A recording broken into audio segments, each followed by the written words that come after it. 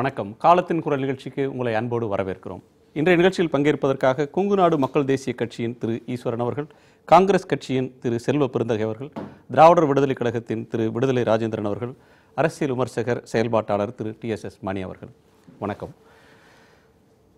இடஒதுக்கீடு தொடர்பான ஒரு விவாதம், குறிப்பாக புதிய தமிழகம் கட்சியின் தலைவர் டாக்டர் கிருஷ்ணசாமி அவர்கள் இப்போ இருக்கக்கூடிய இடஒதுக்கீடு முறையை கேள்விக்குள்ளாக்கி இருக்கிறார். கேள்விக்குள்ளாக்கியது மட்டும் இல்லாமல் சில புதிய பார்வைகளை, புதிய கோரிக்கைகளை முன்வைச்சிருக்கிறார். ஒன்று, அவர் சார்ந்த சமூகத்தை, தேவேந்திர குல வேளாளர்கள் சமூகத்தை எப்படி எஸ்சி பட்டியலில் வைத்தார்கள், அப்படி வைக்கிறதுல பிரச்சனை இருக்குது, அதை ஏற்கலை, தவறாக வைத்து விட்டார்கள் அப்படின்னு எங்கள் மக்கள் கருதுகிறார்கள்னு ஒரு கருத்தை சொல்கிறார். இரண்டாவது கருத்து, தாழ்த்தப்பட்டோர் பட்டியலிலே ஏராளமான ஜாதிகள் இருந்தாலும் எல்லோரும் ஒரே நிலையில் இல்லை, எனவே எல்லோரையும் ஒன்றாக பாவிப்பது போல அந்த எஸ்சி லிஸ்ட் இருக்கு அப்படின்ற ஒரு கருத்தை சொல்றார். மூன்றாவதாக சொல்லக்கூடிய கருத்து, பிற்படுத்தப்பட்டவர்கள் அல்லது மிகவும் பிற்படுத்தப்பட்டவர்கள் இடஒதுக்கீடை அனுபவித்தாலும் பிசி லிஸ்ட், எஸ்சி லிஸ்ட் மாதிரியே பிசி லிஸ்ட், எம்பிசி லிஸ்ட் அந்த கோட்டாவை அனுபவித்தாலும் அவர்களுக்கு ஒரு ஸ்டிக்மா கிடையாது, அவர்களுக்கு எந்த விதமான சமூக தடையும் இல்லை, அவங்க தங்களுடைய சொந்த ஜாதியின் பெருமைகளை வெளியில் பேசிக்க முடியுது. ஆனால் நாங்கள் இடஒதுக்கீட்டு பிரிவினர், கோட்டாவில் வர்றவங்கன்னு அவமானப்படுத்தக்கூடிய சூழல் இருக்குது அப்படின்ற கருத்தை சொல்கிறார். அடுத்து நான்காவதாக சொல்கிறது, மக்கள் தொகைக்கு ஏற்ப எல்லா சமூகத்தினருக்கும் அவங்கவுங்க மக்கள் தொகைக்கு ஏற்ப இடஒதுக்கீடு கொடுங்கன்னு சொல்கிறார்.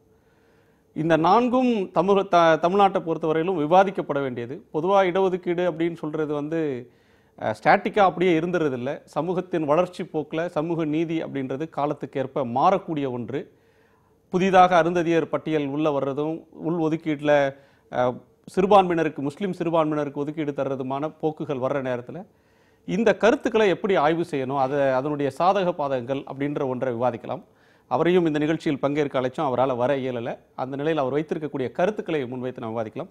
திரு ராஜேந்திரன், கிருஷ்ணசாமி அவருடைய கருத்தை நீங்கள் எப்படி பார்க்குறீங்க? இப்போ கிருஷ்ணசாமி, நீங்கள் சொன்ன அந்த 4 கோரிக்கைகளில் இப்போ சொல்ல வேண்டிய அவசியம் என்ன வந்திருக்குங்கிற ஒரு கேள்வி இருக்கு. கான்டெக்ஸ்ட் இப்போ ஏன் அந்த கேள்வி இருக்குது அப்படிங்கிற ஒரு கேள்வி இருக்குது. கால பொருத்தம் இப்போ எழுப்ப வேண்டிய அவசியம் இருக்குன்னு ஒரு கேள்வி. இரண்டாவது தேவேந்திர குல மக்களை தீண்டாத அந்த அன்டச்சபிள் பட்டியல் இன மக்களில் எப்படி சேர்த்தாங்க அப்படிங்கிற ஒரு கேள்விக்கு இது ஏற்கனவே பிரிட்டிஷ் ஆட்சி காலத்திலையும் அதற்கு பிறகும் மக்கள் தொகை கணக்கெடுப்பு எடுத்தப்பட்டு, அந்த மக்கள் தொகை கணக்கெடுப்பில் இது மாதிரி தீண்டப்படாத மக்கள் என்று கண்டறியப்பட்டவர்கள் அவர்கள் அந்த பட்டியலில் சேர்க்கப்பட்டார்கள். அந்த பட்டியலில் சேர்க்கப்பட்டதற்கு பிறகு இதுவரையிலும் அந்த பட்டியலில் அவங்க தொடர்ந்து கொண்டு தான் இருக்கிறார்கள். அப்போ இதுவரையிலும் அந்த பட்டியலை பற்றியான கேள்வி இதுவரையும் அவர் எழுப்பல. ஆனால் சில வருடங்களுக்கு முன்பு இதே சமூகத்தைச் சேர்ந்தவர்கள் அமித்ஷா, பாரதிய ஜனதா கட்சியினுடைய தலைவர் பார்த்தபோது எங்களை அந்த பட்டியலிருந்து நீக்குங்க, நாங்கள் அந்த பட்டியலில் இருக்க முடியாதுன்னு சில பிரிவினர்கள் அப்போ சொன்னாங்க. அந்த நேரத்தில் கிருஷ்ணசாமி இந்த கருத்தை ஆதரித்து சொன்னாரா, அவர் பேசினாரா அப்படிங்கிறது ஒரு கேள்வியாக இருக்குது. ஒன்று. இரண்டாவது மக்கள் தொகைக்கு அடிப்படையில் இடஒதுக்கீடு வேணுங்கிறது நியாயமான கோரிக்கை தான். ஆனால் அது இன்றைய அரசியல் அமைப்பு சூழலில் திரும்ப மக்கள் தொகை கணக்கு அடிப்படையில், ஏன்னா ஏற்கனவே அந்த வகுப்பு வாரி பிரதிநிதித்துவம், அந்த சாதியின் அடிப்படையில் தனித்தனி பிரிவினருக்கு தான் இடஒதுக்கீடு முறை இருந்தது. அது செல்லாதுன்னு சொன்னப்பட்டதுக்கு பிறகு தான் சமூக கல்வி ரீதியான இடஒதுக்கீடு பிற்படுத்தப்பட்டவர்களுக்கு. தலித் மக்களுடைய பட்டியலுங்கிறது அப்போ தயாரித்ததுலேருந்து அது அப்படியே தொடர்ச்சியாக தான் இருந்து கொண்டு தான், அந்த நிலை தொடர்ச்சியாக நீட்டு தான் இருக்குது. இதில் தங்களை அந்த பட்டியலில் சேர்த்ததுனால ஒட்டுமொத்தமாக எல்லோரையும் ஒரே மாதிரியாக வெறுக்கிற மாதிரி பார்க்குறாங்க என்ற ஒரு கேள்வி எழுப்பதான் நம்ம ஒரு பெரிய பலத்த சந்தேகத்தை எழுப்ப வேண்டிய நிலைமை இருக்குது. என்னன்னா, அவர் அதே பட்டியலின பிரிவில் இருக்கின்ற மற்ற பிரிவினர்களோடு தாங்கள் தங்களை சமப்படுத்தக்கூடாதுன்னு அவர் சொல்கிறாரா, இல்லை ஒவ்வொருவரும் தனித்தனி சாதி அடையாளத்தோடு இருக்க வேண்டும் என்று அவர் சொல்கிறாரா அப்படிங்கிற ஒரு கேள்வி நம்ம எழுப்ப வேண்டியிருக்கு. தனித்தனி சாதி அடையாளம் அவரவர்களுக்கு உண்டு, அவரவர்களுக்கென்று ஒரு சாதி பெருமை உண்டு, சாதி வரலாறு உண்டு என்ற கருத்தையும் அவர் வெளிப்படுத்தியிருக்கிறார். அப்போ ஒவ்வொரு சாதிக்கும் தனி வரலாறு உண்டு, பண்பாடு உண்டு, பெருமிதம் உண்டு என்று சொல்வதன் மூலம் தான் சார்ந்திருக்கின்ற ஒரு சாதிக்கு ஒரு தனி பண்பாடு உண்டு என்பதையும் அவர் சொல்றார். அப்போ மற்ற சாதிகளோடு, பட்டியலின மக்களோட மற்ற சாதிகளோடு தொடர்பு படுத்தி சமப்படுத்தி எங்களை வைக்காதீர்கள் என்று அவர் கேட்பதன் மூலம் ஏற்கனவே மற்ற பிற சாதியினர்கள் தலித் மக்களை எப்படி ஒரு பார்வையில் பார்க்குறாங்களோ அதே குரலை தான் டாக்டர் கிருஷ்ணசாமியும் ஒழிக்கிறாரோ அப்படிங்கிற ஒரு சந்தேகத்தை நம்ம எழுப்ப வேண்டிய அவசியம் இருக்கு. சாதி பெருமிதம் கொண்டிருக்கக்கூடிய இதர பிற்படுத்தப்பட்டவர்களோ அல்லது தாழ்த்தப்பட்டோர் அல்லாதவர்கள் தாழ்த்தப்பட்டவர்களை பார்க்கிற அதே பார்வையே கிருஷ்ணசாமி அவர்களும் பார்க்கிறாரான்ற ஒரு கேள்வியை முதற்கட்டத்தில் வைக்கிறீங்க. நம்ம தொடர்ந்து வாதிக்கலாம். இதில் ஒவ்வொரு அம்சமாக வாதிக்கலாம். திரு ஈஸ்வரன் அவர் எழுப்பியிருக்கக்கூடிய ஒரு கருத்து, பிற்படுத்தப்பட்டவர்கள் இடஒதுக்கீட்டை அனுபவிக்கிறார்கள், மிகவும் பிற்படுத்தப்பட்டவங்களும் இடஒதுக்கீட்டை அனுபவிக்கிறாங்க. ஆனால் தாழ்த்தப்பட்டவர்கள் அந்த இடஒதுக்கீட்டை அனுபவிக்கும் போது மட்டும் இவர்கள் தாழ்த்தப்பட்ட பிரிவிலிருந்து வந்தவர்கள் அப்படின்ற ஒரு இழி சொல்லுக்கு ஆளாகிறாங்க. அது ஐஏஎஸ் ஐபிஎஸ் அதிகாரி ஆனாலும் மற்றவர்களானாலும் ஆளாகிறாங்க அப்படின்னு சொல்றாரு. அவருடைய குமுறலை அதுல நியாயம் இருக்குன்னு பாக்குறீங்களா? அப்படி பாக்குறீங்க? நண்பர் கிருஷ்ணசாமி அவர்கள் சொன்ன விஷயத்தை அவரை தனிப்பட்ட முறையில் நம்ம பார்க்கணுங்கிற அவசியம் இல்லை. அவருடைய ஒரு கருத்து, எப்ப எந்த கூட்டணியில் இருந்தாரு, அப்ப அந்த நேரத்தில் என்ன பேசினாரு, இப்ப என்ன பேசினாரு அப்படிங்கிற கோணத்தில் நம்ம பார்க்கணுங்கிற அவசியம் இல்லை. ஆனா அவர் சொல்லியிருக்கக்கூடிய கருத்துக்கள் வந்து கண்டிப்பா விவாதிக்க வேண்டியவை. அதான் நம்ம உட்கார்ந்து விவாதிச்சுட்டு இருக்கோம். ஜனத்தொகை அடிப்படையில் இடஒதுக்கீடு வேணும் அப்படின்னு சொல்றது புதிய கருத்து அல்ல. இது தொடர்ந்து எல்லாரும் கேட்டுட்டு இருக்கிறதா. அதுக்காக தான் ஜாதி அடிப்படையில் வந்து உங்களுக்கு வந்து ஜனத்தொகையெல்லாம் எடுத்தாங்க, கணக்கெல்லாம் எடுத்தாங்க. ஆனால் முடியலை, அறிவிக்கலை, அது அப்படியே இருக்கு. அதனால் ஜனத்தொகை அடிப்படையில் அவர் கேட்டிருக்கிறது வந்து கண்டிப்பாக யோசிக்க வேண்டிய விஷயம். ஏன்னா இன்னைக்கு காலகட்டத்தில் இடஒதுக்கீடு இத்தனை ஆண்டுகள் கழித்து அந்த இடஒதுக்கீட்டின் மூலமாக அந்தந்த ஜாதிகள் பயனடைந்திருக்கனவா அப்படின்னு யோசிக்கும் போது இது தேவையோ அப்படிங்கிற எண்ணம் வந்து வரத்தான் செய்யும். சரி, இங்க எனக்கு என்ன கேள்வி வருதுன்னு சொன்னா, உச்சநீதிமன்றத்தில் 69% இடஒதுக்கீடு தமிழ்நாட்டில் இருக்கு. அவங்க வந்து 50க்கு மேலே இடஒதுக்கீடு போகக்கூடாதுன்னு ஒரு வழக்கில் சொல்லியிருக்கிறாங்க. அந்த தீர்ப்பு இன்னமும் திருத்தி எழுதப்படலை. இப்போ இருக்கிற சூழலில் டாக்டர் கிருஷ்ணசாமி அவர்கள் சொல்றது மாதிரி 100% இடஒதுக்கீடு எல்லா ஜாதியினரையும் பார்த்து யாருக்கு எவ்வளோ மக்கள் தொகை இருக்கோ அவ்வளோ கொடுக்கலான்னா 100% கோட்டா அப்படின்ற ஒன்றை இன்னைக்கு இருக்கிற சமூகத்தில் ஏற்றுக்கொள்வாங்களா எல்லாரும்? நீங்கள் ஏற்றுக்கிறீங்களா? இல்லை, அதாவது என்ன கோணத்தில் இதை பார்க்கணும் அப்படின்னா, இப்போ அவர் சொல்கிற அந்த பட்டியல் என்ன இடஒதுக்கீட்டு ஒரு உதாரணத்துக்கு எடுத்துக்கிட்டோம்னா, இன்னைக்கு 18% அதில் வந்து இடஒதுக்கீடு இருக்குது அப்படின்னு வச்சுக்கிட்டோம்னா, அதாவது அந்த சமுதாயங்களில் எந்த குடும்பமெல்லாம் முன்னேறிச்சோ அந்த குடும்பங்கள் தான் திரும்ப திரும்ப அதை அனுபவிச்சு முன்னேறிட்டு இருக்காங்க. அடிநிலையில் இருக்கிற அதே சமுதாயத்தை சார்ந்தவர்கள் இன்னும் அந்த இடஒதுக்கீட்டு மூலமா பயன் அடையலை. இல்லை, இந்த இடத்துல என்ன வருதுன்னா, அந்த மொத்த பட்டியலில் அருந்ததியர்களுக்கு உள்ஒதுக்கீடு அப்படின்ற ஒன்றை கடந்த திமுக ஆட்சியில் கொடுத்தாங்க. தாழ்த்தப்பட்டவர்களையே தாழ்த்தப்பட்டவர்களாக அவர்கள் இருக்கிறாங்க, அவங்களுக்கு போதுமான சமூக மேம்பாடு வரல, வேலை வாய்ப்புலையும் கல்வியிலும் அவங்க முன்னேறலைன்னு கொடுத்தாங்க. அன்றைக்கு எதிர்த்து அதுக்கு எதிராக நீதிமன்றம் சென்றவர்களில் தொடர்ச்சியாக குரல் கொடுத்தவர்களில் டாக்டர் கிருஷ்ணசாமி அவர்களும் ஒருவர். இப்போ என்னுடைய கேள்வி இதில் என்ன வருதுன்னு சொன்னால், ஒரு பிரிவினரே மீண்டும் மீண்டும் அனுபவிக்கிறார்களா, அவர்களை கிரிமி லேயர்னு ஒதுக்கணுமா, நீங்கள் இடஒதுக்கீட்டை அனுபவிக்கக்கூடாதுன்னு சொல்லணுமான்றது இன்னொரு சப்ஜெக்ட். அவர் எழுப்புற 2 பாயிண்ட், ஒன்று எங்களை ஏன் இந்த பட்டியலில் வைக்கிறீங்க, தவறாக வைத்து விட்டீங்க ஒன்று. பிசிக்கு பெருமிதம் பேசுவதற்கு வாய்ப்பு இருக்கு, இடஒதுக்கீட்டு சலுகையும் அனுபவித்துக் கொண்டு தங்கள் பெருமிதத்தையும் பேச முடியுது. ஆனால் தாழ்த்தப்பட்டவர்கள்னு வரும்போது ஒரே முத்திரை குத்தி நீங்கள் வந்து கோட்டால வந்தவங்கன்னு சொல்லிடுறாங்க அப்படின்னு ஒரு கவலையை தெரிவிக்கிறார். இல்லை, அந்த பாயிண்ட்டுக்கு நான் வர்றேன். அதாவது அருந்ததியர்களுக்கு திராவிட முன்னேற்ற கழகத்தின் ஆட்சியில் ஒரு உள்ளொதுக்கீடு கொடுத்தது கண்டிப்பாக தேவை. ஏன்னா அதாவது இன்னைக்கு வந்து பட்டியல் இனத்தில் வந்து 3 பிரிவினர் பெருவாரியாக இருக்காங்க. ஆதி திராவிடர், தேவேந்திர குல வேளாளர், அருந்ததியர். அதில் வந்து அருந்ததியர் வந்து இன்னும் கீழ்நிலையிலே இருக்காங்க. அவங்க வந்து அந்த இடஒதுக்கீட்டை வந்து ரொம்ப அவங்க அனுபவிக்கவே இல்லை. அதனால தான் அவங்களுக்கு வந்து அன்னைக்கு வந்து உள்ளொதுக்கீடு கொடுத்தாங்க. அது இவங்கெல்லாம் எதிர்த்தப்போ கூட நான்லாம் கூட அதை எதிர்த்து அறிக்கை விட்டேன். ஆனால் அருந்ததியர்கள் வந்து இருக்கிற நிலைமை, உண்மையான நிலைமையை பார்க்கணும்.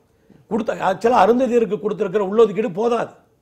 ஒரு 6% அருந்ததியருக்கு உள்ளொதுக்கீடு கொடுக்கணும். அப்போ தான் வந்து அவங்கள வந்து மேலே கொண்டு வர முடியும். இடஒதுக்கீடு எதுக்கு கொடுத்தாங்க? ஏன் கொடுத்தாங்க? எல்லாரும் சரிசமமாக வரணுங்கிறதுக்காக கொடுத்தாங்க. அப்போ சரிசமமாக வந்துட்டாங்களான்ட்டு அதை பார்த்து அதுக்கு தகுந்த மாற்றங்களை செஞ்சுதான் ஆகணும். அதுக்காக தான் அருந்ததியருக்கு உள்ளொதுக்கீடு. இந்த இடத்துல நான் சொல்கிறேன், அருந்ததியருக்கு கண்டிப்பாக ஒரு 6% உள்ளொதுக்கீடு கொடுத்தா தான் அந்த மக்களை வந்து மேலே கொண்டு வர முடியும். இருக்கிறதுலையே அவங்க ரொம்ப கீழே இருக்காங்க. சரி, அது ஒரு பாயிண்ட். இப்போ எல்லா சமூகத்தினரும் இடஒதுக்கீட்டை பெறுறாங்க. மெடிக்கல் கட் ஆஃப் வரும்போது பிசியாக இருந்தாலும் எம்பிசியாக இருந்தாலும் மற்ற சமூகத்தினரும் அந்த கட் ஆஃபில் நுணுக்கி பார்த்து எங்களுக்கு இருக்கா இல்லையான்னு பார்க்குறாங்க, அவங்க அனுபவிக்கிறாங்க. ஆனால் பொது பார்வை எப்படி இருக்குதுன்னு சொன்னால், ரிசர்வேஷன்றதை எஸ்சிக்கள் மட்டும் அனுபவிக்கிறாங்க, அவங்களுக்கு மார்க் கம்மியாக இருந்தால் கூட அவங்களுக்கு கிடைச்சிருது அப்படின்ற ஒரு பார்வை இருக்குது. தங்களுக்கு கிடைக்கிற ஒதுக்கீட்டை லகுவா எடுத்துக்கிறதும், இன்னொருத்தங்களுக்கு கிடைக்கிற ஒதுக்கீட்டை ஒரு விமர்சன பார்வையோடையும் இழிவா பார்க்குற ஒரு தன்மையும் சமூகத்தில் இருக்கா இல்லையா? அப்படி இருக்குதுன்னா அதுக்கு என்ன காரணம்? இல்லை, யதார்த்தமாக பார்த்தீங்கன்னா நீங்கள் எஸ்சி கம்யூனிட்டியில் இருக்க எல்லாரும் அனுபவிக்கிறதில்ல. நான் சொல்கிறது அவ்வளோதான். அதில் இருக்கிற ஒரு 25% தான் அதை என்ஜாய் பண்ணுறாங்க. அதாவது ஒரு ஐஏஎஸ் ஆரோட பிள்ளை தான் ஐஏஎஸ் ஆகிறான், அவன் பேரன் தான் ஐஏஎஸ் ஆகிறான். அதாவது அதில் திருப்பி மெரிட்டு தான் பார்க்குறாங்க, மார்க்கு. அப்போ கிராமத்தில் இருக்கிற அதே பட்டியலினத்தை சார்ந்த ஒரு குடும்பத்துக்கும் முன்னேறி நகரத்துக்கு வந்த ஒரு குடும்பத்துக்கும் வித்தியாசம் இருக்கு. இந்த குடும்பத்தில் இருக்கிற ஒரு மாணவனோ மாணவியோ எடுக்கிற அந்த மதிப்பெண்களை கிராமத்தில் இருக்கிற ஒரு கீழ்நிலையில் இருக்கிற ஒரு குடும்பத்தை சார்ந்த அந்த மாணவனோ மாணவியோ எடுக்க முடியாது. அப்ப என்ன ஆகுதுன்னா, இவங்களுக்கு அந்த வசதி போறதே இல்லை. அந்த இடஒதுக்கீட்டினுடைய பயன் அவங்கள போய் சேரவே இல்லை. யார் என்ஜாய் பண்ணாங்களோ அந்த குடும்பங்கள் தொடர்ந்து என்ஜாய் பண்ணிட்டே இருக்காங்க.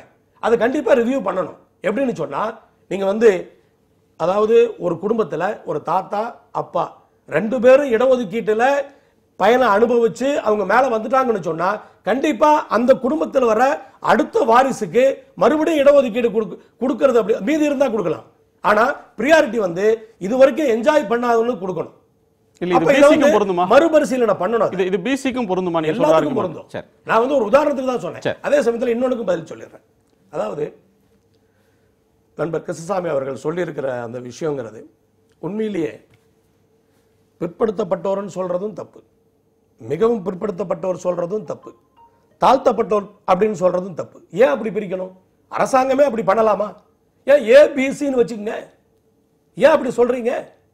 தாழ்த்தப்பட்டோர் ஏபின்னு பிசி எஸ்சி எம்பிசின்னு சொல்றதுக்கு பதிலா அப்ப இவங்க ஏ பிரிவை சேர்ந்தவங்க பி பிரிவை சேர்ந்தவங்க நாலு காலப்போக்கில் அதுவும் ஒரு இதா தானே, குறியீடா தானே வரும். என்ன இருந்தாலும் இப்ப தமிழகத்தை பொறுத்த வரைக்கும் நீங்க தாழ்த்தப்பட்டோர் பெயர் மாற்றத்துல என்ன தாழ்த்தப்பட்டோர் அப்படின்னு சொல்லும் போதே அந்த வார்த்தையிலே அது தவறாகி போயிருது இல்லையா?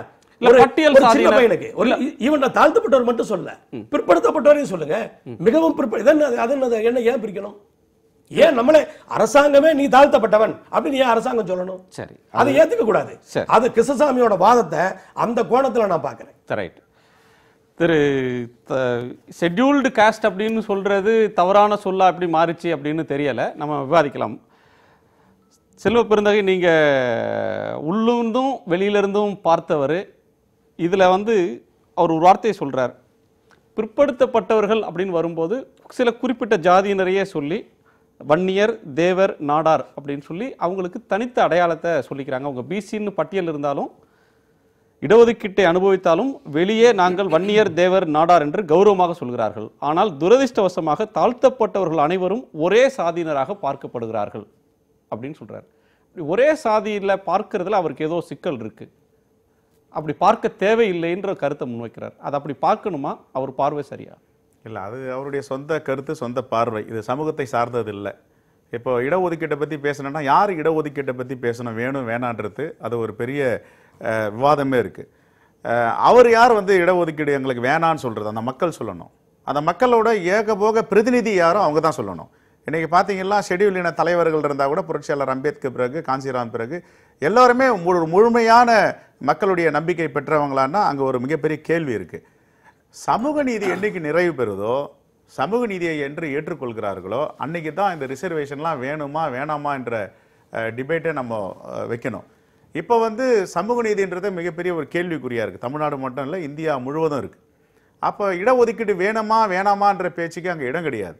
இதெல்லாம் புரட்சியாளர் அம்பேத்கர் போராடி வாதாடி இதை வாங்கியிருக்கார். புரட்சியாளர் அம்பேத்கருக்கு முன்னாடியே நம்ம அண்ணன் ஈஸ்வரன் போன்றவர்கள் எல்லாம் அன்னைக்கு இந்த இடஒதுக்கீட்டுக்காக போராடி இருக்காங்க. இவர்னா இவர் இல்லை, கிருஷ்ணதேவராய உடையார் 1875 75 விழுக்காடு இடஒதுக்கீடு கொடுத்துருக்கார் கோலாப்பூர் சமஸ்தானத்திலிருந்து.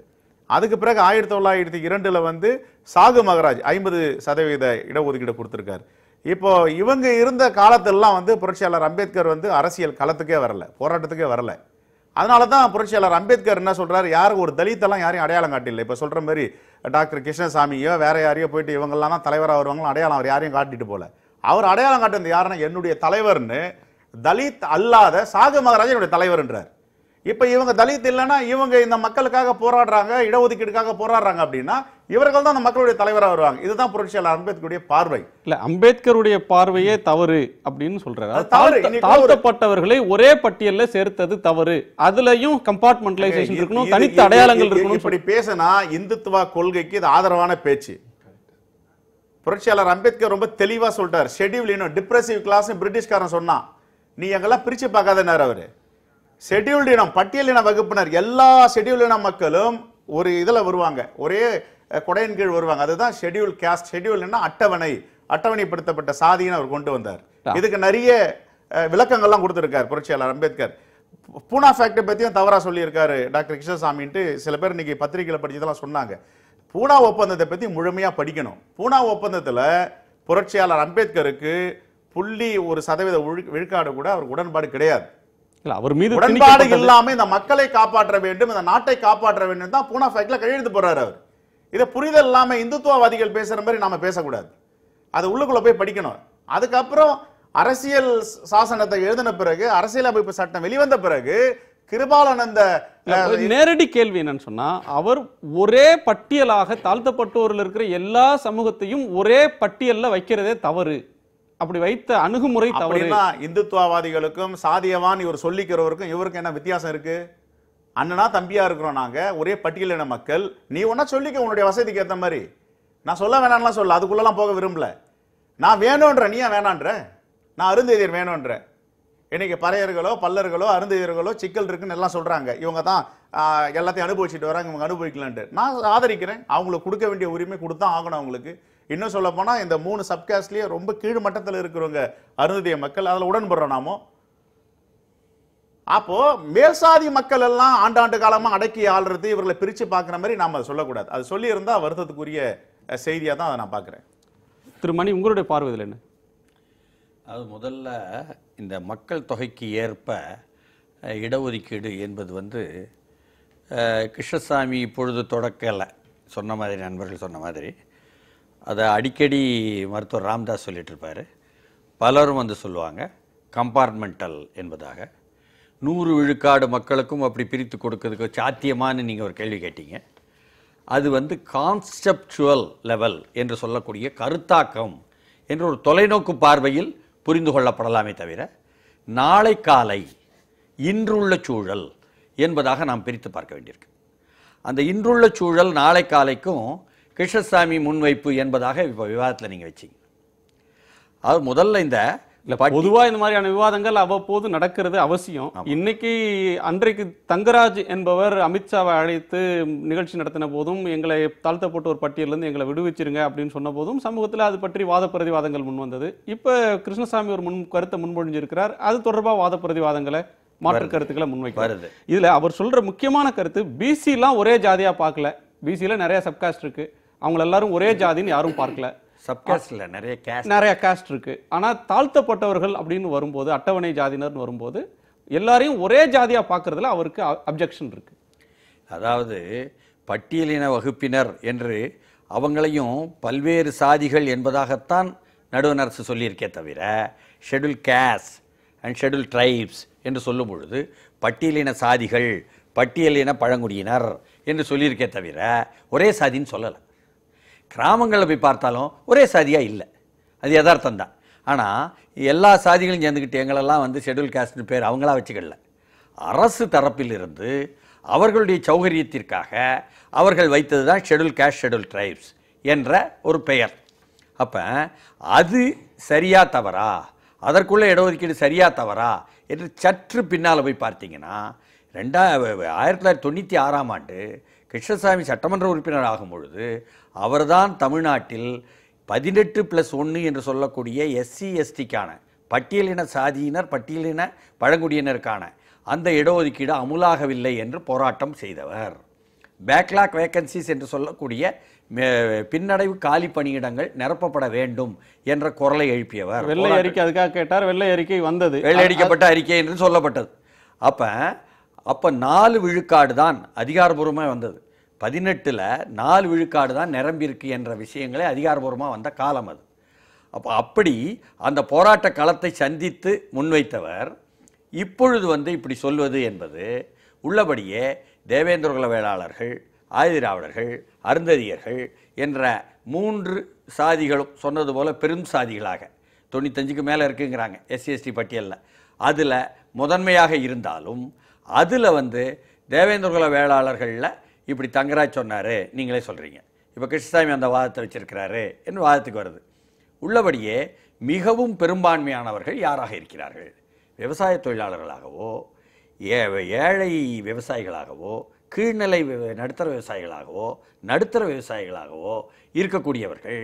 உள்ளபடியே இந்த இடஒதுக்கீடே எதுக்காக வந்துச்சோ, அதாவது கல்வி ரீதியில் சமூக ரீதியில் பின்தங்கியவர்களுக்கு மேலே கொண்டு வருவதற்காக காக்கா கலையல்கர் கமிஷன் மூலம் வந்ததும் சரி, அவர் மண்டல் கமிஷன் மூலம் வந்ததும் சரி, அந்த விவாதத்திலெல்லாம் இவர்கள் உடன்படுகிறார்களானா தேவேந்திர வேளாளர்கள் மிக பெரும்பான்மையினர் அப்படிப்பட்ட நிலையில் தேவை என்ற நிலையில் இருக்கிறார்கள் என்ற யதார்த்தம் இருக்கு. இல்லை, நீங்கள் என்ன சொல்கிறீங்க? கிருஷ்ணசாமி வேண்டான்னு சொல்கிறாரு, ஆனால் அவர் யாரை பிரதிநிதித்துவப்படுத்தும்னு சொல்கிறாரோ அந்த சமூகத்தின் பெரும்பான்மையினர் இடஒதுக்கீடு வேணும்ன்ற நிலையில் இருக்கிறாங்க, நிலையில் தான் இருக்கிறார்கள், பொருளாதார ரீதியும் சமூக ரீதியிலும் என்றே சொல்கிறேன் நான். அதனால தான் அவர் எதை பின்னடைவு காலி பணியிடங்கள்னு சொல்லி ஒட்டுமொத்த எங்களை எப்படி SC பட்டியலில் சேர்த்தாங்கன்னு எங்களுக்கு தெரியல, இப்படி ஒரு ஒதுக்கீடே வேண்டான்னு எங்கள் மக்கள் வேதனையோட சொல்கிறாங்கன்னு டாக்டர் கிருஷ்ணசாமி சொல்கிறது நீங்கள் சொல்கிற மக்கள் இல்லை.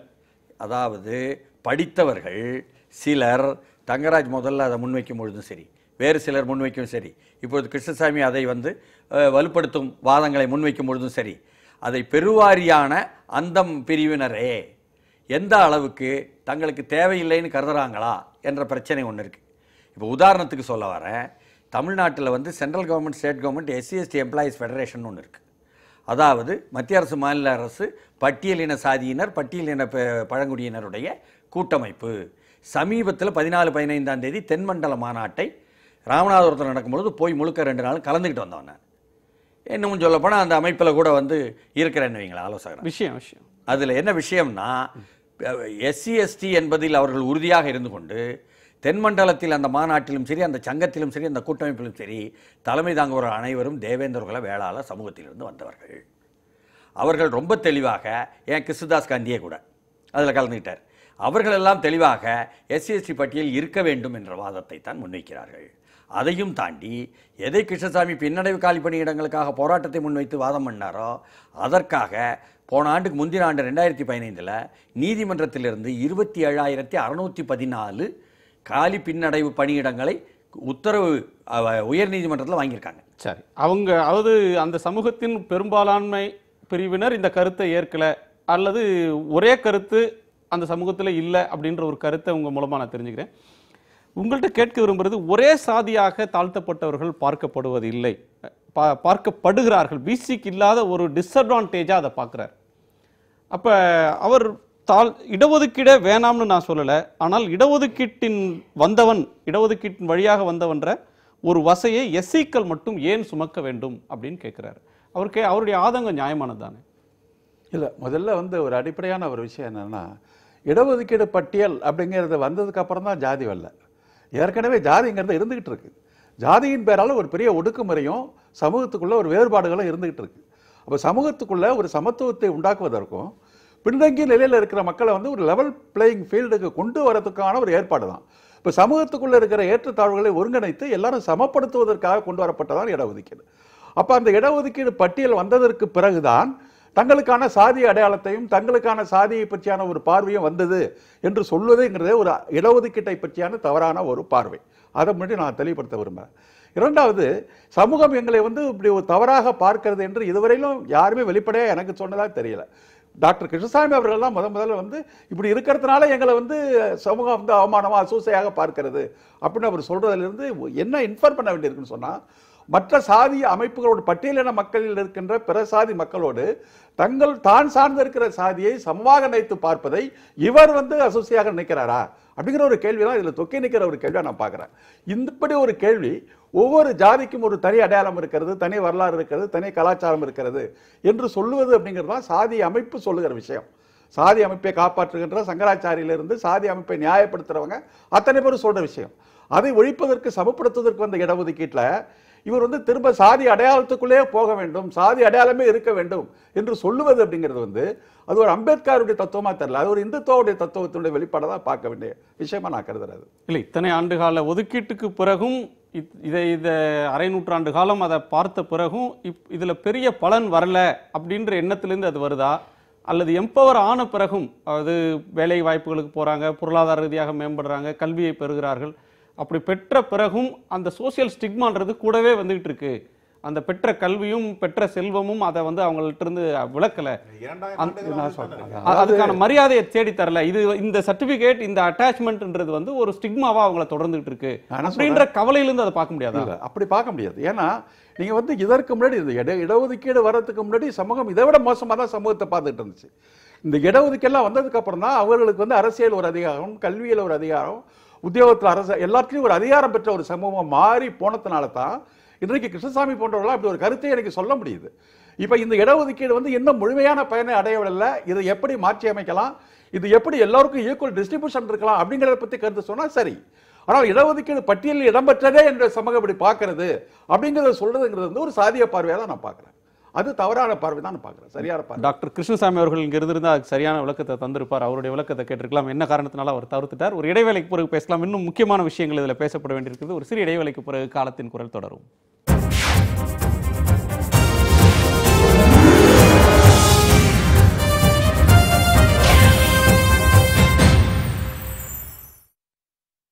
காலத்தின் குரல் தொடர். திரு ஈஸ்வரன், இரட்டை வாக்குரிமை அப்படின்ற ஒன்றிலிருந்து கடந்து வேற இதுக்கு வந்தது. அது வந்து ஒரு 80 ஆண்டுகளுக்கு முன்பு நடந்த ஒரு சரித்திரம், போராட்டம்.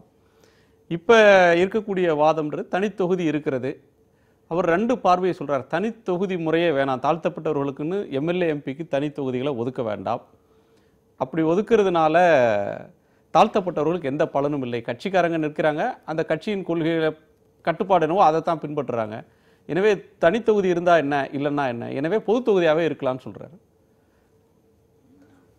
நான் அதை பதில் சொல்றதுக்கு முன்னாடி இன்னொரு விஷயம் பதிவு பண்றேன். அதாவது கிருஷ்ணசாமி அவர்கள் வந்து அந்த பட்டியல் இனத்தில் சார்ந்தவங்களை எல்லாம் ஒரே மாதிரி பார்க்குறாங்க, அப்படி இல்லை.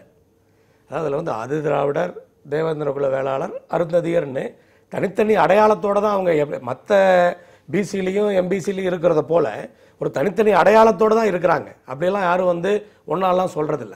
அதாவது அது முதல்ல வந்து அவரோட நினைப்பு தப்பு, அப்படிலாம் கிடையாது.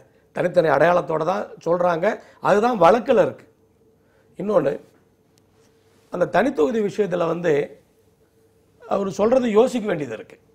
அவர் சொல்கிற மாதிரி வந்து தனித்தொகுதியில் ஜெயிச்சு வந்தாலும் அந்த கட்சி கட்டுப்பாட்டுக்குள்ளே தான், எந்த தொகுதியில் ஜெயிச்சு வந்தாலும் அது தனித்தொகுதி மட்டும் இல்லை, எந்த தொகுதியில் ஜெயிச்சு வந்தாலும் அந்த கட்சி கட்டுப்பாடு தான் அப்படிங்கிறதுல எந்த மாற்று கருத்தும் கிடையாது. ஒரு சந்தேகம் அதில் என்ன வருதுன்னு சொன்னால், தனித்தொகுதியில் ஜெயிச்சு வந்த பிறகு அவங்களால அந்த மக்களுக்கு பலன் இருக்கா இல்லையான்றது ஒரு ஆர்கியூமெண்ட், அந்த சமூகத்தின் நன்மைக்கு பாடுபடுறாங்களான்றது ஒரு ஆர்கியூமெண்ட். இன்னொன்று, தனித்தொகுதின்னு ஒரு தொகுதி இல்லைன்னா, இன்றைக்கு சபாநாயகராக இருக்கக்கூடியவர் அவினாசி மாதிரியான ஒரு தொகுதியில் அருந்ததியர் சமூகத்தை சேர்ந்தவர் நின்று வெற்றி பெற்று வர முடியக்கூடிய சூழல் இன்னைக்கு இருக்கா?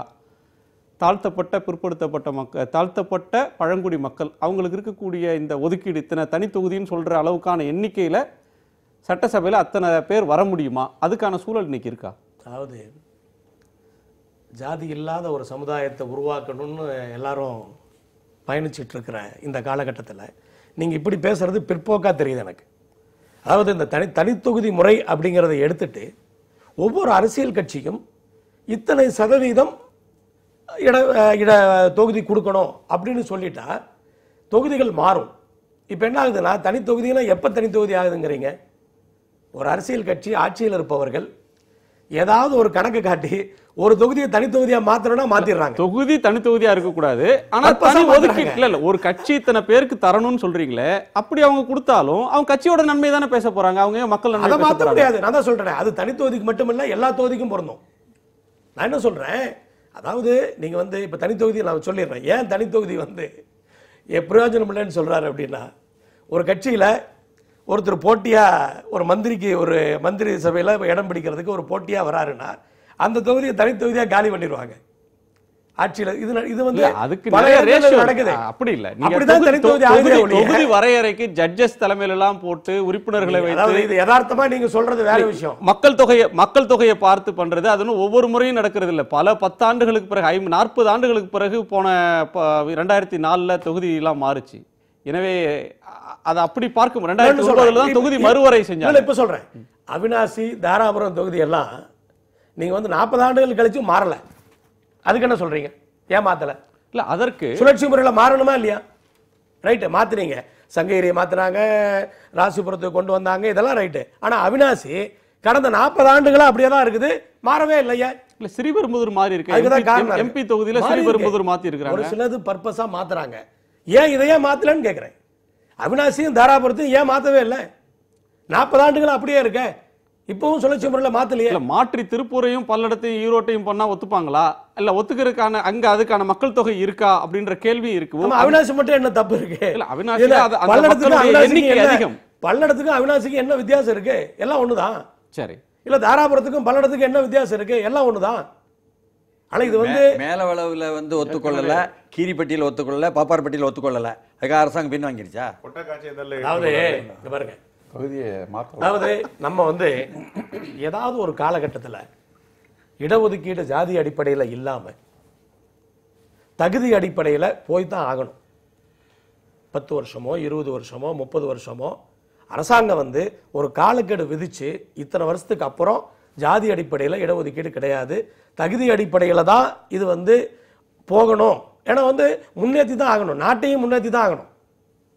அதாவது தனிப்பட்ட முறையில் இத்தனை ஆண்டுகள் நம்ம கொடுத்துட்றோம், திருப்பி அதே தான். அதாவது இந்த முறையை மாத்தலன்னு சொன்னா எந்த ஜாதியா இருந்தாலும் ஒரு 25% என்ஜாய் பண்ணிட்டே இருக்காங்க. மீதி 75% குரல் எங்க இருந்து வரணும்? இந்த குரல் எங்க இருந்து வரணும்? வெளியில இருக்கிறவங்களுக்கு இருந்து வரணுமா? அந்த பிரிவை சேர்ந்தவர்கள் முன்வைக்க வேண்டிய குரலா இருக்குமா? ஜாதியை ஒழிக்கணும்னு சொல்றவங்க அத்தனை பேரும் இந்த குரல் எடுக்கணும். இடஒதுக்கீடு இருக்கிற வரைக்கும் அவன் ஜாதியை தூக்கி பிடிக்க வேண்டிய அவசியம் அவனுக்கு இருக்கு. ஜாதி அடிப்படையில் இடஒதுக்கீடு இருக்கிற வரைக்கும் அவன் ஜாதி அவன் தூக்கி பிடிச்சான் ஆகணும். இடஒதுக்கீடே இல்ல, ஜாதி பெருமையை பேசாம விட்டுருவாங்களா? ஜாதியை தூக்கி பிடிக்கிறது நின்றுமா? இடஒதுக்கீடே நாளை காலையில இருந்து இடஒதுக்கீடே இல்ல அறிவிச்சிருக்காங்க. இது வந்து ஒரு முதல் படி. இன்னைக்கு வந்து நீங்க வந்து ஸ்கூல் ஜாதி இல்ல ஜாதி இல்லைன்னு சொல்லிட்டு ஸ்கூலுக்கு போனா ஜாதி என்னன்னு கேட்டு எழுதுறதுல என்ன அர்த்தம் இருக்கு? அதுல என்ன அர்த்தம் இருக்கு? அப்ப இடஒதுக்கீடுன்னு ஒண்ணு இல்லைன்னு சொன்னாதான் அது வந்து அடுத்த கட்டத்துக்கு ஒரு மூவ் பண்ணக்கூடிய, இது உடனே அழிஞ்சிரும் அப்படின்னு நான் சொல்லல.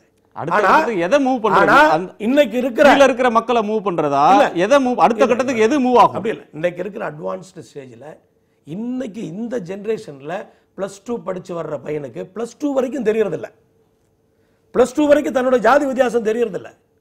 +2 வந்தோன்னு அவனுக்கு ஜாதி வித்தியாசம் தெரியுது. ஏன்னா அவன் கூட நீங்க ஒரு பரந்த ஒரு காஸ்மோவா சொல்றீங்க.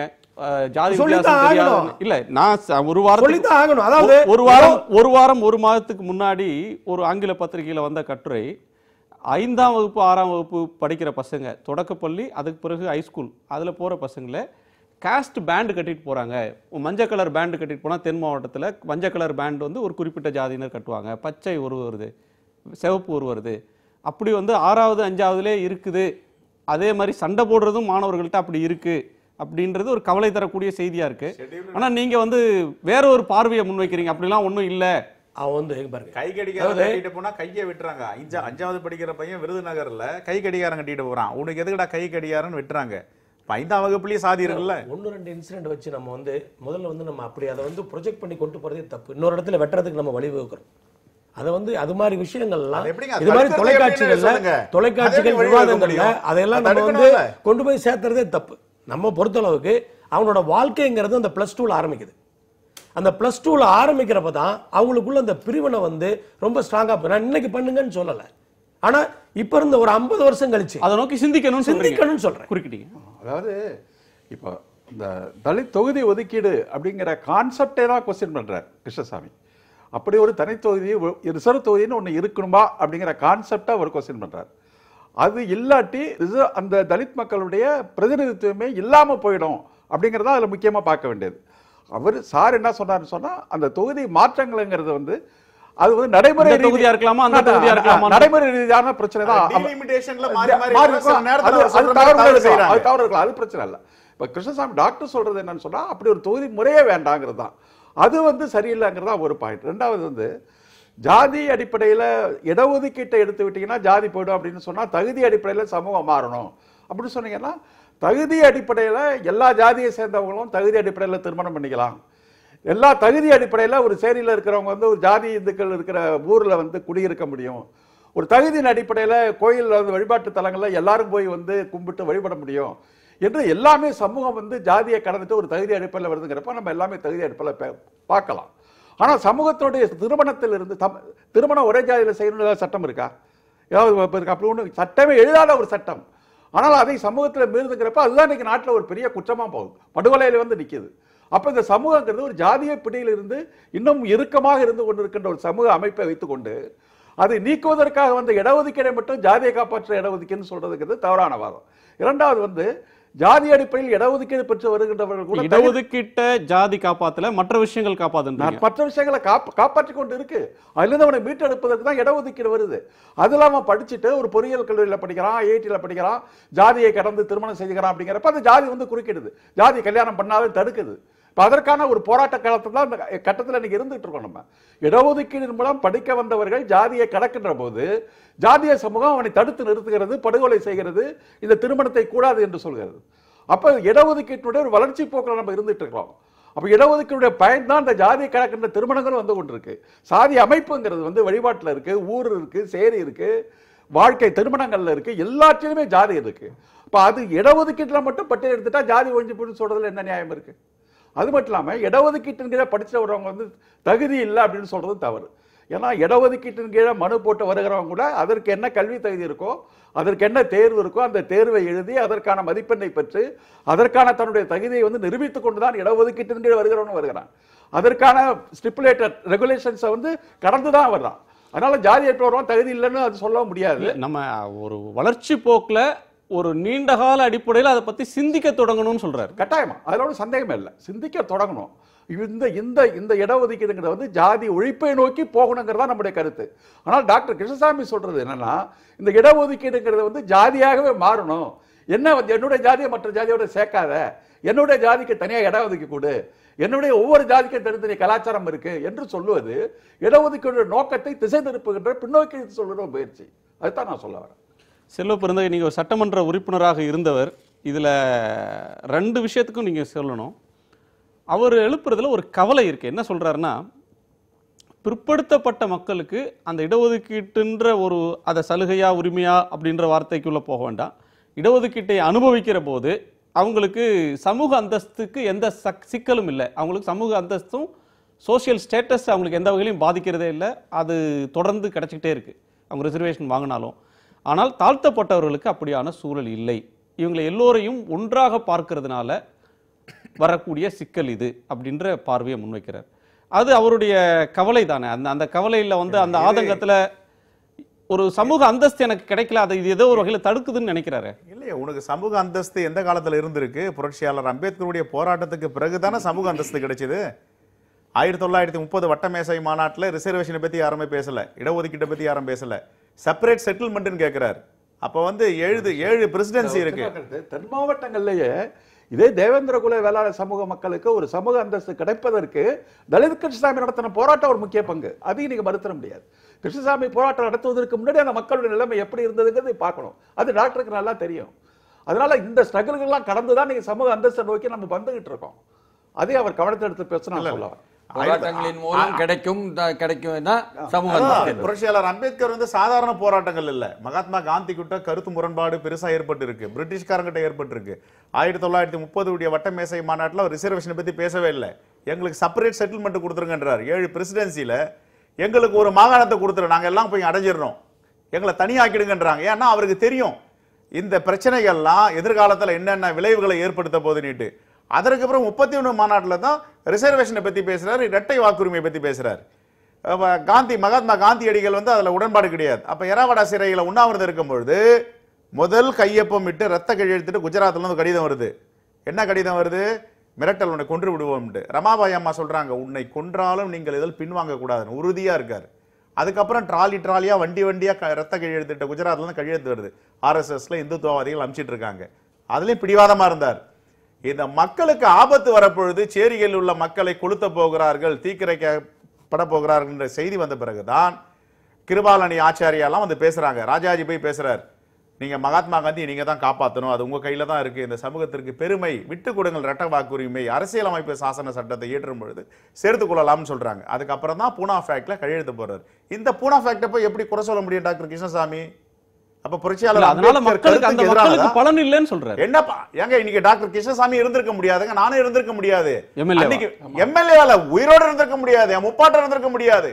அன்னைக்கு இந்தியாவில் மிகப்பெரிய பிரளயம் ஏற்படுது. இந்த வரலாறுலாம் தெரியுமா? இந்தியாவில் மிகப்பெரிய பிரளயம், சேரியை விட்டு ஒருத்தர் வெளியே வர முடியல, 80 விழுக்காடு மக்கள் எதிராக இருக்காங்க. அப்பொழுது அது சரியாக இருந்திருக்கலாம் என்ற வார்த்தையை தான். இல்ல நான் என்ன சொல்றேன், அதை எப்படி போய் குறை சொல்ல முடியும்? இல்ல நான் என்ன சொல்றேன், காலத்திற்கு ஏற்ற மாதிரி மாற்றிக்கொள்ள முடியும்னா முதல் அவர் தொடங்கட்டும், எனக்கு ரிசர்வேஷன் வேணாம், என்னை சார்ந்தவர்களுக்கு இடஒதுக்கீடு வேணாம், அவர் வெளியே போட்டோம். அதற்கு பிறகு என்ன ரிசல்ட் வருதுன்னு பார்ப்போம். நாம ஒட்டுமொத்தமா இடஒதுக்கீடு வேணாம்னா இதை ஏற்றுக்கொள்ள முடியாது. சமூக நீதி என்னைக்கு நிலைநாட்டப்படுதோ அது வரைக்கும் இடஒதுக்கீடு வேணும். புரட்சியாளருடைய சிந்தனைக்கு இது மாறுபட்ட கருத்து. அவர் என்ன சொல்றாரு, இத மக்களுக்கு வந்து ஒரு காலத்துல அவர் கூட இருந்த நீங்க பட்டியல் இனத்தை சேர்ந்த மக்கள் அனைவருக்கும் விடிவெள்ளியாக இல்ல அதுக்கு கடந்து பார்த்தாலும் சாதி ஒடுக்குமுறைக்கு ஆளான மக்களுக்கு ஒரு விடிவெள்ளியாக நீங்க டாக்டர் அம்பேத்கர் அவர்களை முன்னிறுத்துறீங்க. கண்டிப்பா. ஆனா டாக்டர் கிருஷ்ணசாமியும் அவரை போன்ற கருத்துள்ள சிலரும் டாக்டர் அம்பேத்கரை அவர்களுடைய தலைவராக ஏற்கல, அவங்க மாற்று தலைவர்களை முன்வைக்கிறாங்க. மாற்று தலைவர்னா யாரு? சில தலைவர்களை அவங்க சமூகத்தில் வந்திருக்கூடிய மற்ற தலைவர்களை முன்வைக்கலாம். ஒட்டுமொத்த சமூகம் எப்படி சொல்றீங்க? அப்படியான போக்குகள் இருக்கு. ஏற்று பல்வேறு வேலைகளை செய்துட்டு இருக்கிறாரு, எல்லாரும் பாக்குறோம். எங்களுக்கான ஐகான் இல்ல அப்படின்ற அப்படி அவர் இந்த பேட்டியில அப்படி அவர் நினைச்சா தவறு. அது இல்ல இந்த அறியாமை. சரி, இந்த பேட்டியே அவர் என்ன சொல்லியிருக்காருன்னா, அம்பேத்கர் வந்து தனித்தொகுதி ஒதுக்குனதும் தவறு, அந்த இரட்டை வாக்குரிமையை விட்டு அந்த ரிசர்வ் பண்ணது ரெண்டுமே தப்பான விஷயம் தான் அப்படிங்கிறது அம்பேத்கர் பண்ண தவறு தான் சொல்றாரு. இதுலயே அவர் அம்பேத்கர் வந்து அடுத்த வரி படிச்சாரு. இல்ல அந்த காலத்துக்கு ஓப்பானதா இருக்கலாம், ஆனா அது தவறு. ஒரே பட்டியலாக அறிவித்த காலத்திற்கு இல்ல இல்ல அவர் சொல்லிட்டு அப்புறம் இல்ல டிஎஸ்எஸ் மணி சார் அது அப்படி இல்ல. அவர் வந்து இரட்டை தொகுதி முறையை தனித்தொகுதி முறையை ஏற்றுக்கொண்டது அந்த காலத்துக்கு ஓப்பானதா இருக்கலாம். ஆனால் அவர் எது தவறுன்னு சொல்றாருன்னா, தாழ்த்தப்பட்டவர்களை ஒரே பட்டியலாக அறிவித்தது அம்பேத்கர் செய்த தவறு அப்படின்னு சொல்றாரு. அவருக்கு அதுக்கு தான் நிறைய டெஃபினேஷன் சொல்லி இருக்காரு. இந்த மக்கள் எல்லாம் சிதைந்து போயிருக்காரு. நான் புரட்சியாளர் அம்பேத்கர் மகர் சமூகத்தை சார்ந்தவர். சமருக்கும் மகருக்கும் பிரச்சனை இருக்கு. இந்த பிரித்தாளும் கொள்கையில பிரிட்டிஷ்காரனா இறங்கி இருக்கான், அதுக்கு முன்னாடி இருந்த முகமதியர்களா இறங்கி இருக்காங்க, அதற்கு பிறகு வந்து இந்துத்துவவாதிகளா இறங்கி இருக்காங்க. அதுக்கு தான் ரொம்ப தெளிவா சொல்றாரு, இந்த பட்டியலின மக்களை துண்டாட துடிக்கிறார்கள், அதற்கு நாம் இடம் கொடுத்து விடக்கூடாது என்றதுதான் அனைவரும் ஒரே குடையின் கீழ் வர வேண்டும் பட்டியலின மக்கள் ஷெட்யூல்டு காஸ்ட்னு கொண்டு வரார். இதை படிக்கணும். அவர் எவ்வளவு இதுக்கு நிறைய விளக்கங்கள் கொடுத்திருக்காரு. எதற்காக வந்து ஒரே குடையின் கீழ் இந்த சமூக மக்களை ஒன்றிணைக்கணும், அதேக்கப்புறம் அந்த வாக்குடைய வலிமை பத்தியும் சொல்லி இருக்கார். இப்ப சொல்றாரு வந்து இடஒதுக்கீடு வந்து இந்த காலத்துக்கு பயனளிக்காதுன்னுட்டு. இன்னைக்கு அதிமுக 27 சட்டமன்ற உறுப்பினர்கள் இருக்காங்க. 27 சட்டமன்ற உறுப்பினர்கள் முடிவு எடுத்தாங்களா? யாராவது ஒருத்தர் முதலமைச்சர் இல்லைன்னா ஆட்சியில முடிவு எடுக்க சொல்லுங்க. சரி, இவரு காஞ்சிராம் மாதிரி போராடிட்டே இருந்திருக்க வேண்டியதானே தனியா? இவர் எதுக்கு திமுக கூட கூட்டணி வச்சாரு? சரி, அது அவர் சார்ந்த பர்சனல் விவாதமா மாத்த வேண்டியது. பலனடிக்கவில்லை, சொல்லக்கூடிய கருத்தை விவாதிக்கலாம். பலனடிக்கவில்லை, எதுக்கு வேற கூட்டணியை வச்சிருக்கணும்? தனியா போராடி இருக்க வேண்டியது. செல்வ பிறந்தகை நீங்க சொல்றது ஒரு விமர்சனம், பட் அவர் இல்ல. அவர் சொல்லக்கூடிய கருத்தின் மீது விவாதிக்கலாம். புரட்சியாளர் அம்பேத்கருக்கு எதிரான கருத்துக்களை யாரும் ஏற்றுக்கொள்ள மாட்டார்கள். சரி, டிஎஸ்எஸ் மணிட்ட கேட்கிறது, பிசி எம்பிசி எஸ்சி அப்படின்ற பிரிவுகளே எதற்காக? இடஒதுக்கீட்டு பிரிவுன்னு சொல்லி எல்லாரையுமே ஒரு ரிசர்வேஷன் பிளாக் அப்படின்னு சொல்லி ஒரு பிளாக் அறிவிங்க அப்படின்னு ஒரு சஜஷன் சொல்றாரு. அது சாத்தியமா? இல்ல, அதை சொல்வது மட்டும் இல்லாம இன்னொன்றை நீங்க சுட்டி காட்டினீங்க. பட்டியலின சாதியினர் என்பது வந்து சற்று குறைவாக மதிக்கப்படுகிறது சமூகத்தில். இந்த கருத்து வந்து விவாதத்தில் இருக்கிறது. சமூகத்தில் பலர் பார்வையில் இல்ல இல்ல இல்ல குறிப்பிட்ட தேவேந்திர தொழிலாளர் சமூகத்திலிருந்து வெளியே வந்து இடஒதுக்கீட்டிலிருந்து வெளியே கொண்டு வர வேண்டும் தேவேந்திர தொழிலாளர்களை என்று பல ஆண்டுகளாக சொல்லிக் கொண்டிருப்பவர்கள் மத்தியில் அப்படிப்பட்ட அதுக்கு சற்று குறைவாக மதிக்கப்படுகிறது என்ற கருத்து விவாதிக்கப்படுது. என்னுடைய கேள்வியே என்னன்னா, ஒரு குறிப்பிட்ட சமூகத்தினரை ஷெட்யூல்டு கேஸ்ட் என்று நடுவண் அரசு வகுக்கும் பொழுது நாம் வந்து பேக்வேர்டு கம்யூனிட்டி கேஸ்ட், அதாவது பிற்படுத்தப்பட்ட சாதியினர், மிகவும் பிற்படுத்தப்பட்ட சாதியினர், முற்படுத்தப்பட்ட சாதியினர், அதெல்லாம் பட்டியல் இல்லாமல் என்னது? அப்போது தாழ்த்தப்பட்டோர் பழங்குடியினர் பட்டியலினம், பிற்படுத்தப்பட்டோர் பட்டியலினம், மிகவும் பிற்படுத்தப்பட்டோர் பட்டியலினம், முற்படுத்தப்பட்டோர் பட்டியலினம், எல்லாம் தான் பட்டியலினம். நீங்கள் எங்கே போனாலும் பட்டியலினம். அதனால பட்டியலினம்ங்கிற வார்த்தை மட்டுமே, ஷெட்யூல்டு என்ற வார்த்தை மட்டுமே குறைவாக மதிப்பதற்கு கொண்டு போவது என்ற புரிதல் தவறு என்பது சொல்லியாகணும். முதல் ஆர்குமெண்ட். ஏன்னா ஆர்குமெண்ட்டுன்னு வச்சாச்சுன்னு சொன்னால் அது ஆர்குமெண்ட். அதை அடுத்து பிற்படுத்தப்பட்ட சமூகத்துக்குள்ளேயே குறிப்பிட்ட அவர் சில சாதிகளை எல்லாம் குறிப்பிடுறாரு. அப்போ ஒரு 4 சாதிகள் தமிழ்நாட்டிலே எடுத்துக்கிட்டு பார்ப்போம். அவர்கள் செல்வாக்குள்ள சாதிகளாக இருந்து கொண்டு அனைத்து இடஒதுக்கீடையும் வாங்கி விடுகிறார்கள். மற்றவர்களுக்கு கிடைக்கவில்லை என்ற குரல் இருக்கா இல்லையா? அப்போ பிற்படுத்தப்பட்ட சாதியினரிலேயே அங்கே வகுப்பினருக்குள்ளேயே அங்கு ரூலிங் அண்ட் ரூல்டு என்பதாக, அதாவது ஆள்வோர் ஆளப்படுவோர் என்பதாக, மிகவும் பிற்படுத்தப்பட்டோருக்குள்ள ஆள்வோர் ஆளப்படுவோர் என்பதாக, மிகவும் பிற்படுத்தப்பட்டவர்கள் முத்தரையர் இருக்காங்க, மீனவர் இருக்காங்க. எந்த சலுகைகளை வாங்கினாங்க? எந்த இடஒதுக்கீடு வாங்கினாங்க? வேற ஒரு இதில் போகிறோம். இப்போ ஒரு சமூக நீதி அப்படின்றது அப்படியே ஸ்டாட்டிக்காக இருந்துடுற ஒரு விஷயம் இல்லை. அது காலத்துக்கேற்ப மாறணும். சமூகம் மாறும்போது இதனுடைய தன்மையும் பரிமாணமும் மாறணும்.